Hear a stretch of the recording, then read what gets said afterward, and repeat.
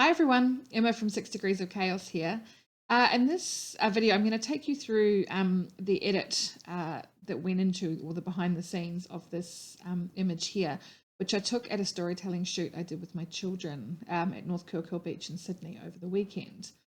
Now I looked up I was shooting the girls backlit on the beach. I looked over, I saw this couple walking their dog along the sand dunes above us. So I kind of aimed my camera and started shooting at them, but I was quite a long way away. And so my straight out of camera, like this, there were some people having a picnic on the sand dunes. There's these trees here. And the sky I exposed in camera to try and retain as much of the detail in the sky as I could. My initial plan was to keep the sky, but then I decided when I was doing the edit to go with something a little bit more dramatic. So I'm going to take you through how I converted this into a silhouette, and then I'm going to jump over into using Lightroom, and then I'm going to jump over into Photoshop, show you how I replaced the sky with all of these birds, which are not completely out of the realm of what was there on the day in some of the other images that I shot. Let me see if I can find one here. Some of the other images that I shot, you can see there were quite a lot of seagulls flying around. So it wasn't completely unrealistic, but it was a little bit more dramatic than what was actually happening at the time. So start with this image. Now I took this with my Canon 6D Mark II, which is my backup body. I use it when I'm shooting at the beach because I'm always a little bit nervous about having my mirrorless camera around sand. Then I use my Lens Baby Edge 80 lens, which I used for that whole shoot.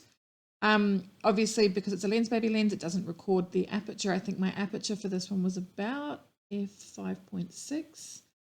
ISO 200 and shutter 1/500 because I didn't want to blow out the sky. Like I said, I initially intended to keep the sky, so I wanted to make sure that I kept enough detail up here. And I also knew that I was going to be getting rid of the distractions down here, so I didn't need to preserve too much detail down here. So let's get started. First thing I'm going to do is I'm just going to straighten the horizon line.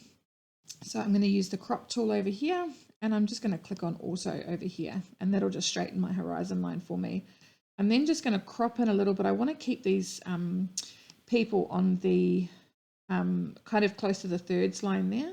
I'm going to bring it up a little bit because I don't want too much of the silhouette, too much of the dark background beneath them. So I'm going to go with about there, I think. Let's just have a look at how that looks. I might bring it over a little bit more this way. Let's see. Yes, I'm happy with that. Okay, now the next thing I'm going to do is I'm going to just, that's not 100% straight, so I'm just going to click on the little, you can see here, there's the auto. I'm just clicking on there, and I'm just going to use the arrows on my keyboard to just tilt it slightly more. I find the arrows a little bit easier to make micro adjustments with than the mouse. And let's have a look at that. Yes, that looks straighter. Okay, the next thing I'm going to do is I'm going to apply a preset. This is one that I created myself to get the tones looking the way that I like them. I use the same preset on all of my images to help keep my tones consistent, whether they're landscape images like this or whether they're images of my kids, are the same base tones. So what I'll do is I'll just click over here. It's called Emma Fave. I'm just going to click on that there. And you can see that I will go through this panel over here, but that's brought the highlights down quite a lot, and it's brought in a bit more detail in that sky. So we'll just have a look over here. The white balance isn't too much of an issue with this image because I am going to replace the sky, and that's where most of the color is. I am going to bring the exposure down a little bit because I want to bring back a little bit more detail in that sky. So I'm just going to bring that down. Yeah, maybe to about there. Clicked on there, right. So my highlights are already all the way down because I bring them all the way down. That's just the way that I like to edit. Now my shadows, I'm going to bring them down some more because I'm basically going to clip my shadows to get rid of the people in the foreground here. So I'm just going to bring that all the way down as far as I need to get rid of them. It doesn't matter if there's still a little bit of them left because I can clone that out when I get into Photoshop. But I'm just going to bring that down. Yep, I'm happy with that. All right, as you can see, that's already made a huge difference to the overall feel of the image. So I'm just going to run through quickly what the other panel changes are that are attached to this preset. Slightly bring the whites down, slightly bring the blacks up, a little bit of clarity. I increase the vibrance and saturation. Again, that's not going to matter here because I'm going to replace the sky, but in my general images, I always like to have the colors quite bright. Tone curve, I just add a bit of contrast there. I will add more when we get over into Photoshop.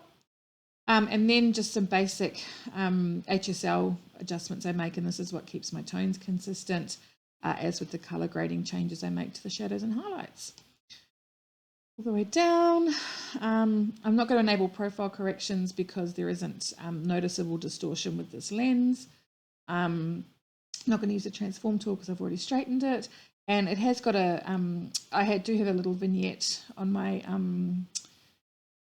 preset. Usually I'm actually going to remove that for this image because I just don't want the corners of the sky when I replace them to be too dark. So I'm just going to reset that back to 0, no grain. And that's all the changes that I'm going to make in Lightroom. So to bring the image from Lightroom into Photoshop, where I'm going to replace the sky, I'm just going to jump up here and I'm going to go Photo, Edit in, Adobe Photoshop, and you can also go Control E, that's the keyboard shortcut there. I'll just take a moment for it to open up in Photoshop. There we go. So the two main things that I'm going to do here in Photoshop is I'm going to get rid of these distractions here using the healing and clone tools. I'm going to replace the sky, and then I'm just going to add a quick texture overlay just to add a little bit more color pop to the sky. So I'm going to start with the cloning.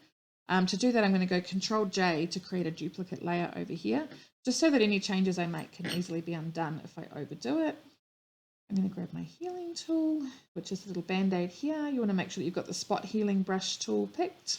And then I'm just going to go through and just remove this bush here. I like to do this in segments because I just find it gives me a more realistic result. So just keep clicking.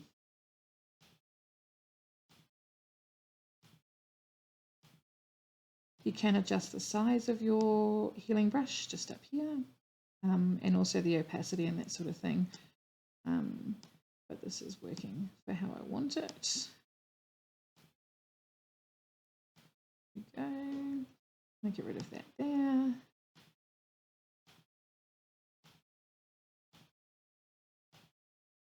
There's just a few little bumps there that I'd like to get rid of just to smooth them out. So to do that, what I'm going to do is grab the clone tool, which is this one here.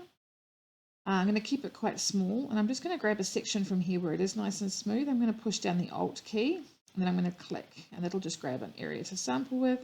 And you can see if I just run this along there, it's going to smooth that line out nicely for me. And again, I'll have to do that in a couple of sections just to make sure that it stays nice and smooth. There we go.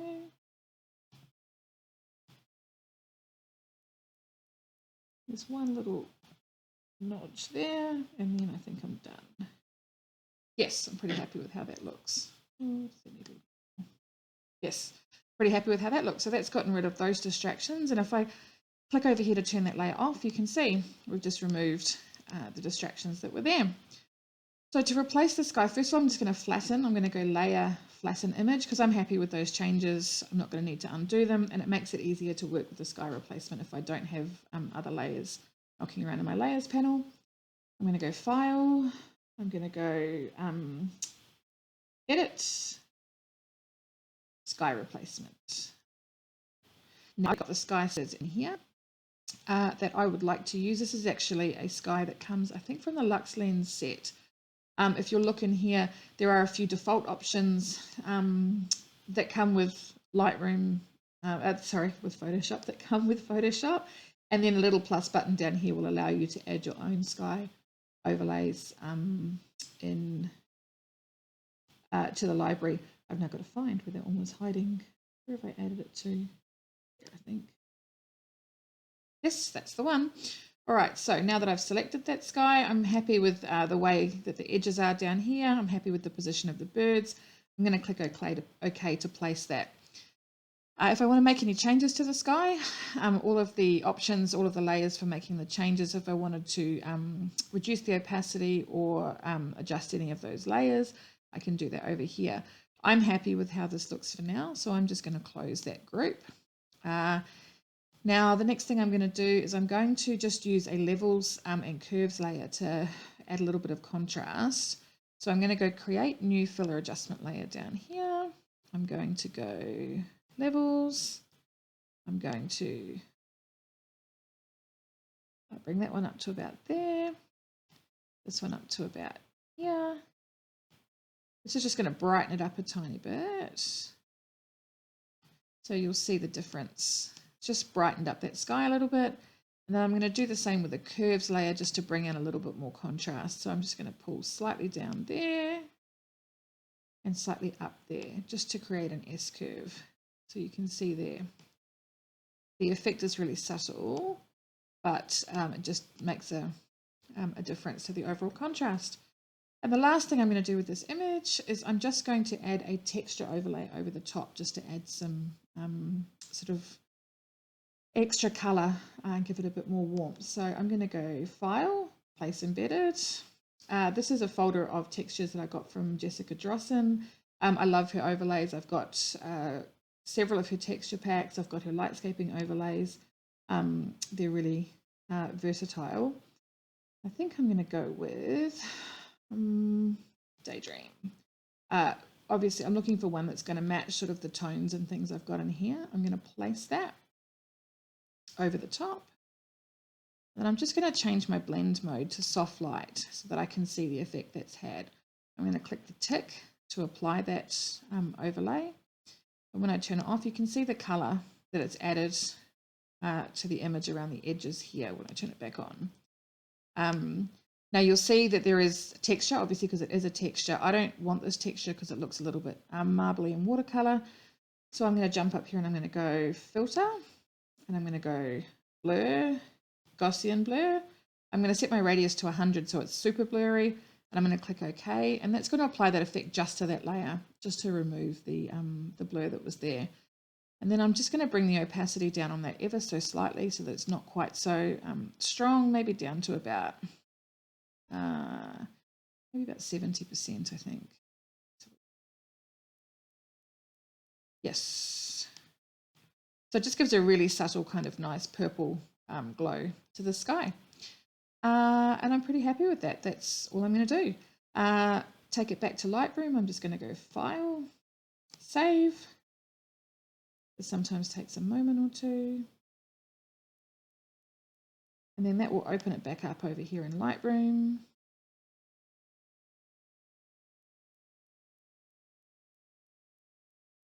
Wait a minute.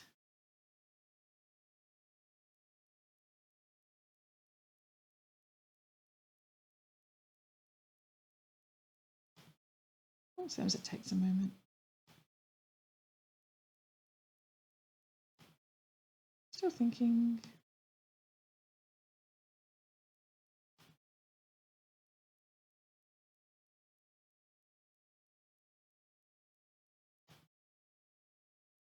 Here it is.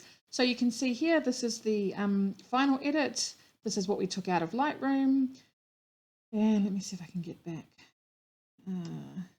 So this is our before straight out of camera. This is our Lightroom edit. And that's our final that we created in Photoshop. So yeah, happy editing. I'd love to hear how you get on if you try some of these techniques.